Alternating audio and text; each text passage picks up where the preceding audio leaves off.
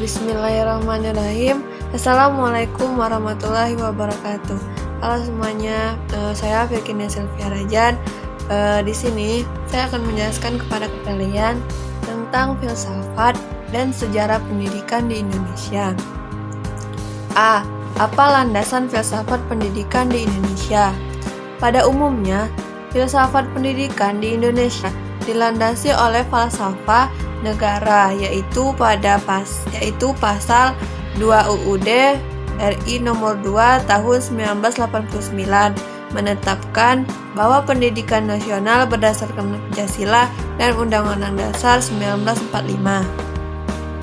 Sejarah pendidikan di Indonesia. Sejarah pendidikan di Indonesia pada masa kolonial. Awal dari dimulainya perkembangan pendidikan di Indonesia itu adalah saat Belanda kesulitan keuangan akibat peperangan di Ponorogo. Demi kepenuhan tenaga kerja murah, pemerintah Belanda mengusahakan agar bahasa Belanda bisa diujarkan oleh masyarakat untuk mempermudah komunikasi antara pribumi dan Belanda. Kedua, aliran pokok pendidikan apa yang ada di Indonesia.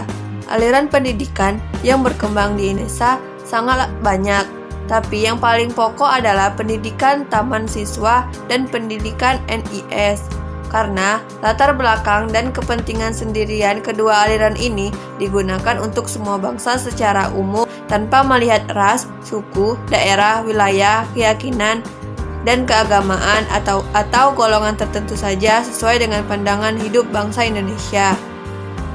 Yang ketiga, bagaimana pendidikan Indonesia sesudah kemerdekaan? A. Tujuan dan kurikulum pendidikan. Tujuan pendidikan dan pengajaran ialah membentuk manusia yang cukup dan warga negara yang demokratis secara bertanggung jawab tentang kesejahteraan masyarakat tanah air.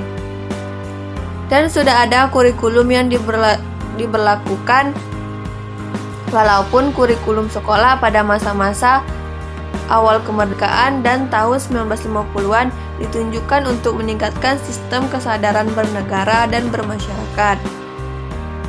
Yang keempat, bagaimana pendidikan di Indonesia selama PJP?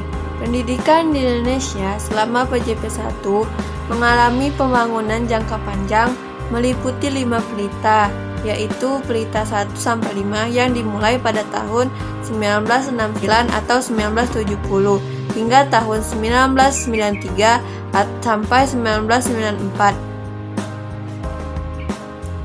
Ditandai dengan semakin luasnya kesempatan untuk memperoleh pendidikan.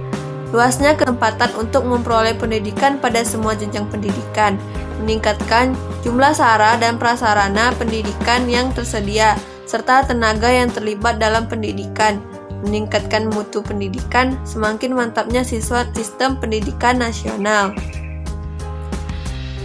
Yang kelima adalah bagaimana pendidikan di Indonesia sekarang.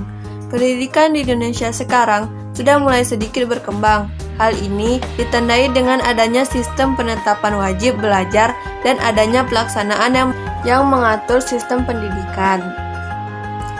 Apa tujuan wajib belajar pendidikan dasar 9 tahun itu?